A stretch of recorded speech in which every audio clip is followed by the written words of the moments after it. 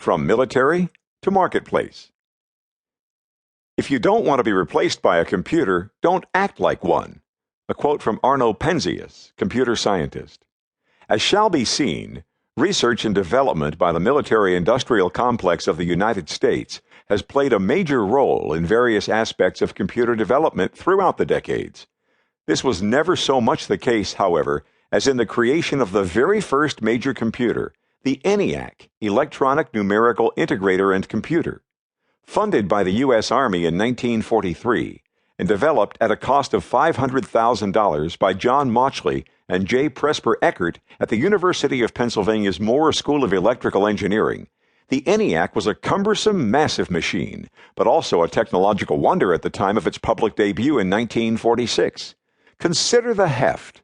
17,468 vacuum tubes, 7,200 crystal diodes, 1,500 relays, 70,000 resistors, 10,000 capacitors, and around 5 million hand-soldered joints.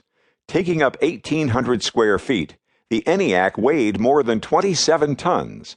Writing in 2004 for the IEEE Annals of the History of Computing, David Alan Greer, a technology historian at George Mason University, said the machine was best described as a collection of electronic adding machines and other arithmetic units, which were originally controlled by a web of large electrical cables. Today, UPenn's School of Engineering and Applied Science has on display 4 of the original 40 panels of the ENIAC. Input was via IBM card reader, and output via IBM card punch. Once the painstaking job of input was finished, actual computing took place at what seemed at the time like warp speed. A multiplication of a 10-digit number by a single-digit number took 1,400 microseconds, 714 per second. A 10 by 10-digit multiplication took 2,800 microseconds, 357 per second, and so forth. A division or square root problem took approximately 28,600 microseconds, 35 per second. These speeds were no less than 1,000 times faster than those offered by the previous generation of electromechanical calculator machines. This quantum leap in computing power has never since been matched with reference to the introduction of any single new machine. Incorporating recursive functions and lambda calculus, ENIAC was Turing complete, meaning that it was governed by a firm set of data manipulation rules which, followed in sequence, would produce the results for any requested calculation performed on arbitrary data.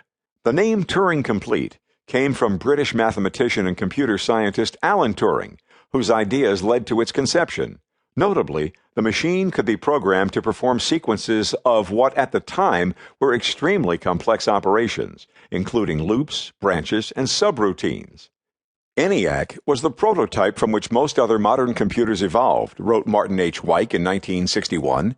It embodied almost all the components and concepts of today's high-speed electronic digital computers. Its designers conceived what has now become standard circuitry, such as the gate, logical AND element, buffer, logical OR element, and used a modified Eccles-Jordan flip-flop as a logical high-speed storage and control device. The machine's counters and accumulators, with more sophisticated innovations, were made up of combinations of these basic elements. The primary aim of the designers was to achieve speed by making ENIAC as all-electronic as possible. The only mechanical elements in the final product were actually external to the calculator itself. The first 6 programmers of ENIAC were female, in large measure because this function was seen as being rudimentary, almost clerical, compared to the engineering side of things. Nothing could have been further from the truth. These women, being the first to enter this new territory, were the first to encounter the whole question of programming, comments Paul E. Ceruzzi, a computer historian at the Smithsonian Institution. And they met the challenge. Well-versed in mathematics, Kay Antonelli, Jean Bartik, Betty Holberton, Marilyn Meltzer, Frances Spence, and Ruth Teitelbaum did groundbreaking work, creating fundamental approaches that would influence all generations of programmers going forward.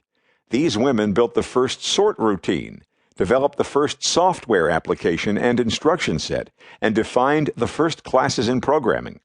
They were innovators of the first rank, without whom the ENIAC would have been a mere shell, a brain sans a mind. to keep listening to this audiobook. I've left you a link in the description so you can do it at no cost thanks to Audible's 30-day free trial.